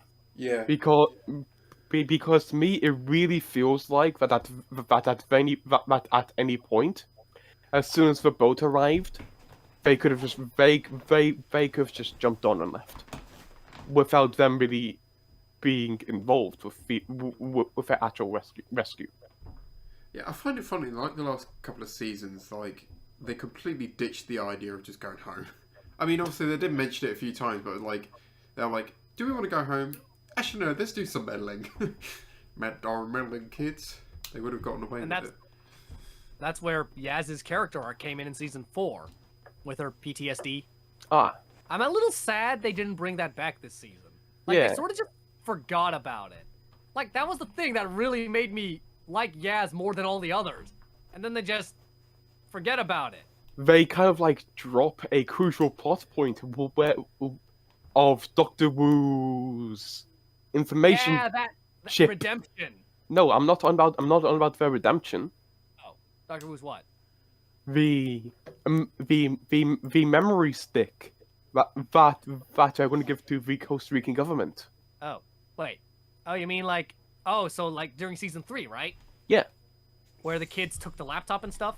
yeah, but we don't see them giving the stick to anybody, and it's never mentioned. That's why yeah, so I guess they're not everything was wrapped up nicely, but Hmm. yeah. Kevin, what? I just saw my monitor wobble. What is Kevin doing? Another Kevin moment. Loving this weather because of how hot it is. I kind of have a question about what's going on with Kenji, because like Kenji pretty much gets adopted by Darius's family. I like that. Oh, I didn't realize he got adopted. I just thought. I mean, I guess it makes sense, but I just thought in the prologue, I thought it was just round because they were friends. Although my question is, since his dad is apparently in jail, would he not like inherit any money over business? See, okay, so there's a quick line of dialogue where Ben says to Kenji, "Thanks for keeping this secret island up and running." And Kenji's like, "No, I just pay the bills." So that's where all the money is going. He still has it, but it's going towards supporting the island. Yeah. Yes. And then And the Ben- island is still in business because Sammy's cows are being sacrificed. And then Ben and the science lady is Still on the living island there. still, yeah. Which makes sense because I still like that. Anyway, I like that they were over there still looking after the dinosaurs. That was quite nice. And they Okay. stayed with Bumpy. Ben and Bumpy are gonna live forever. To be honest, I'm not really a big of a fan that Manticore Island is still up and running. Because, like, I was expecting, like, the whole entire facility to, like, shut down and for them to leave the island, for the dinosaurs to break out of the biodomes. Because they haven't explored the actual island that's out there. But no, the island keeps on running and they're all still in the biodomes. Yeah, but I guess they couldn't really impact on the actual films themselves. Yeah, but we've talked about this ourselves sometimes, but haven't we agreed that if they made a sequel show, it would be them trying to, like, find Bumpy after she got taken from Nublar? But we can't really do that now since they now know where all of the dinosaurs are, since they're all on Manticore Island. Yeah, but like that's on the assumption that they're gonna make a sequel series, and I don't think they are. I think they will.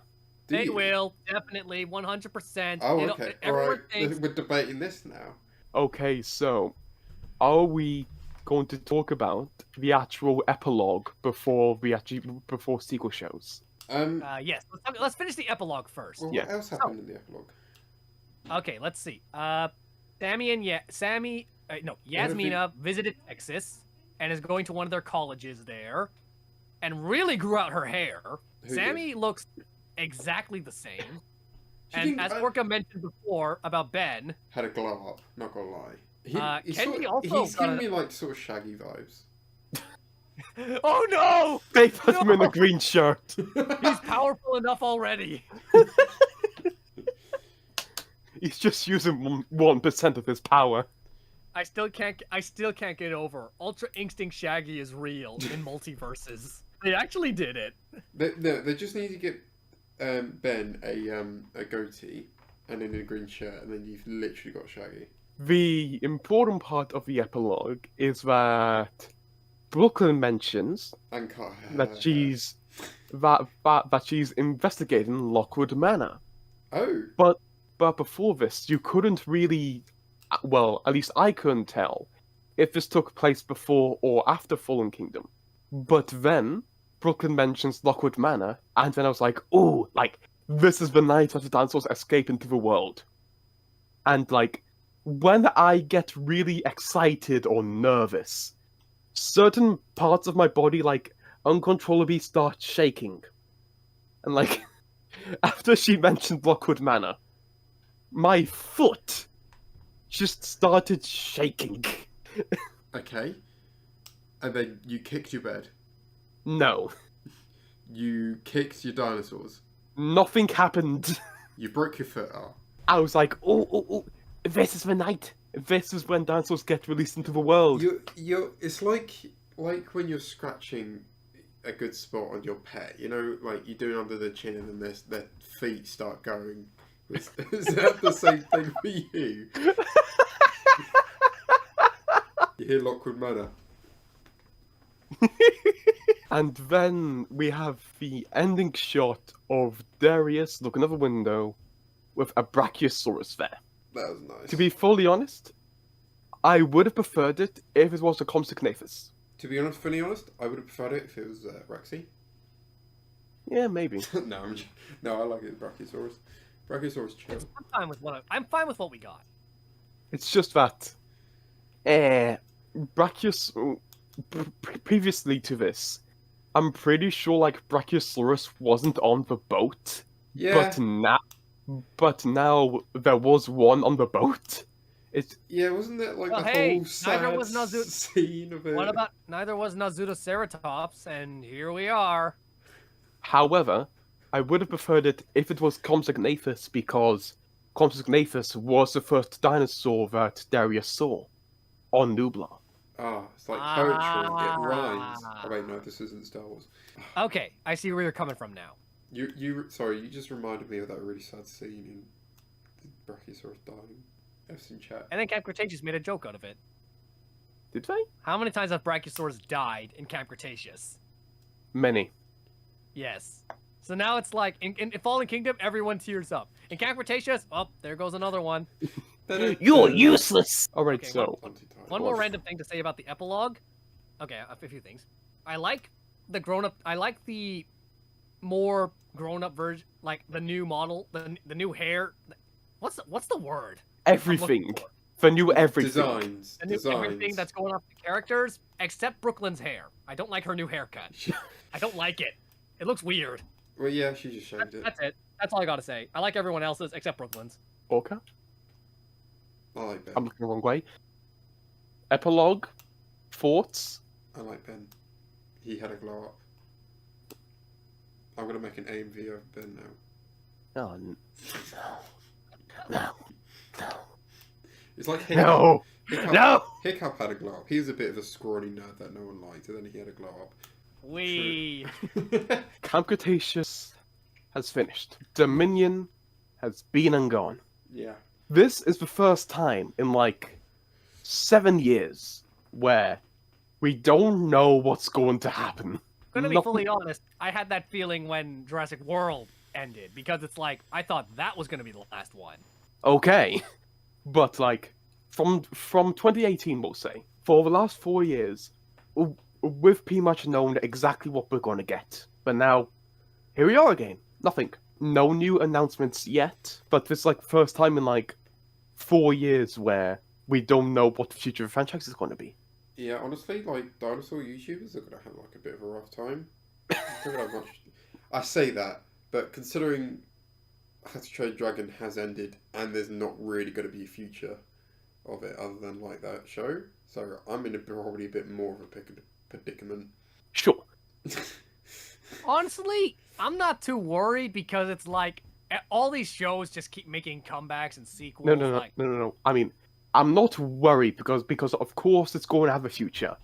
Jurassic World Dominion at the time of us recording this has made $921 million at the box office. That is more than F9. That is more than No Time to Die. They're both, and Universal were both involved with those. Their futures have already been greenlit. I mean, yeah, it is like a franchise, as in, like, they're going to definitely carry on with it. But the point is, this is like a kind of odd time because, like, for the first time in 4 years, we don't know what's going to happen. I mean, in that case, it's up to us to fill the void. Yes, Dinosaur King. It doesn't seem like anybody's really comprehended that this is Jurassic's first show. Yeah. There has never been a proper Jurassic show before this. I'm happy with that. True. As a starting point, I'm happy with this being Jurassic's first show. Oh Yeah, it could have been a lot worse. Oh, definitely. Mind you, it would be nice to see a series that's more mature. So another like live action series. I see people like constantly pining for a live action series. I see why.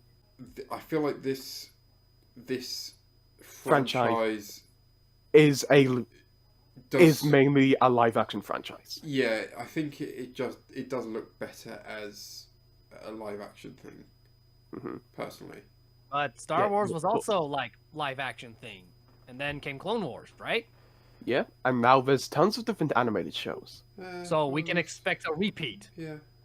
Or how about we have a combination of both, live action and animated? Oh yeah, I mean, obviously, I'm not gonna say no to more animated shows. Like, Oh yeah, definitely. more the merrier. But I will say, I see people constantly saying that, like, oh, it needs to be rated R, oh, rated R, oh, rated R. It would never be rated R. Exactly, but, like, just because something's rated R, that doesn't automatically mean it's good. Yeah. It will just be a flop because most of the audience won't go and see it. Yeah, because, like, whether, if you like it or not, like, a large audience of this franchise is children. Or just, like, younger audiences, we'll say. Yeah. A lot of the audience would be unable to watch a rated R show because it's rated R. I do want more TV shows and movies, but I don't want to get to the point of like Marvel, where we are releasing like tons of different movies and shows each year and overworking visual effects artists. I want to get to the point where like we get like one new Jurassic project each year. Would that be safe to say? Like a new season of a show, a new movie. It's just like something Jurassic related each year. Yeah, I guess at least a yearly, but they probably, if they want to push it out a bit more as a franchisee thing, then they probably would do more. Yeah. Because it is like the only thing with dinosaurs. Yeah, sadly. For years, people have said that Universal has pretty much held a monopoly over dinosaurs, over dinosaur content. Yeah. And like, I've been thinking about making a video about this because it's such an interesting topic. Because like, if you really look into it, Universal kind of has done it intentionally. They also kind of haven't, because everybody forgets like a big reason why there aren't a lot of dinosaur movies besides Jurassic is because Jurassic are the only ones that do well. Like, every other dinosaur movie released in like the last 30 years have been financial flops other than Jurassic. Yeah, I agree. I mean, I think that's because they probably take the dinosaur genre in the wrong direction, I think. In the wrong direction? In a way, like, I feel like, I don't know, what do audience want to see? They don't want to see, like, talking dinosaurs. They don't want to see... Sorry, but I've been thinking about this topic a lot because I've been thinking about making a video about it. Yeah. But like, I think a big reason why Jurassic is most successful, one, is because it's really the only one that gives the public what it wants. Yeah.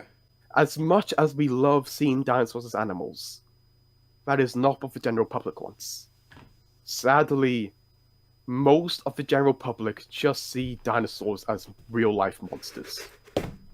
But because, like, I remember seeing reviews for Jurassic World Dominion, and they were like, "Ooh, why aren't dinosaurs like attacking cities? Why aren't dinosaurs like invading New York? Why aren't dinosaurs taking over the world?" But it's like, they're animals. Animals won't gang up and destroy a city. It sounds like they want a Godzilla movie and not a movie about actual dinosaurs. And happily, to end this conversation on a optimistic mode, happily, it seems like that we're leaving this era because like we have Prehistoric Planet, we have Primal Season 2. Right now, it's great to be a dinosaur fan. Although sadly, most of this stuff is on the small screen and not on the big screen. Because like, have you still heard about the movie 65? No. Dino Diego has mentioned it in a video. Apparently there's a movie being made starring Adam Driver, where he travels to a alien planet and there's dinosaurs. Okay? Apparently, the main dinosaurs that are shown in the movie is a three-legged ankylosaurus and a triceratops. And then they did test screenings, and it tested horribly, because apparently the general public, who of course these movies are catered towards because that's where all the money comes from, apparently the key note was it doesn't feature any of the cool dinosaurs. Despite all of that, I think the future of this franchise is burning bright, because like we have this brand new world, and like we can do anything. And also the future of dinosaur media seems great because we have Jurassic, we have Primal, we have Prehistoric Planet. We have tons of different dinosaur stuff coming out in multiple different mediums. But to stay on Jurassic, because that is the topic of this podcast, I cannot wait to see the future of this franchise. And I really want a sequel show to this. But I just hope it's done organically. How do we end this on like a funny, optimistic note? Quickly, give us your best amphibia quote. Have you ever killed a man, Hop Hop? Now do one from Gravity Falls. You want to hear a joke? Yes. Oh, Most popular one. My ex-wife still misses me, but her aim is getting better. Her aim is getting better. It's funny because marriage is terrible. There we go, saved it. Oh yeah, another way to a lighthearted note. What episode of Dinosaur King has been released when this comes out? I'm hoping. Because really excited to see the finale with these three. Trust me. One of them in particular. For our next podcast, will probably just be us talking about Dinosaur King and like the behind the scenes of it. So the final summary for me, I like season 5. It could have been better, but it also could have been a lot worse. And I cannot wait to see the future of this franchise and dinosaur media. Ditto. Okay, as for me, I actually really like this season. I'd say because season 3 is still the absolute best for me, so this is the second best for me. And again, really, I would love to see a sequel series, but at the same time, I'm scared because I'm worried just how many people are going to die at Darius's hands. All of them. All of them. Also, yeah, I would also love to see the future of Jurassic, not the past. The future. Yes. I cannot emphasize, I think a reboot is literally the worst thing they can do. Not just a reboot, a prequel. A prequel is also not a fan of that idea either. Why would you want to go, like, we've just gone forward. Why would you suddenly want to go backwards? Because they want to avoid the existence of the Jurassic World films. What do we think of the actual series as a whole, though? It probably would have been stronger if we ended at season 3, but I don't mind having more time with these characters in this world. I think he put it best. Ditto. Dang it, I tried to say it, but I didn't catch it. Ditto! Ditto. Anyway, Ditto! Ditto. it's Right. just How we end this? We all just morph into Ditto. Ah! it's Morbin time. Oh. I know. Okay, It's okay, just- Dominic, you better do the outro before we descend into madness. We already have. Too late, there he goes. We need him to end the recording. So do the outro quickly. Thank you all so much for watching, and here has been in Dubsuck01 alongside. Zane Reborn alongside. Hello. Outro. Yeah, I heard slightly through the headphones. That's my outro. I heard slightly through the headphones. Now for our But our aim is getting better. But Rain is getting I've seen things. I need to rewatch Gravity Falls. Oh my gosh. And now just ended there. Yes. I've been wearing a belt all day. I don't even wear a belt. I need to because I'm fat.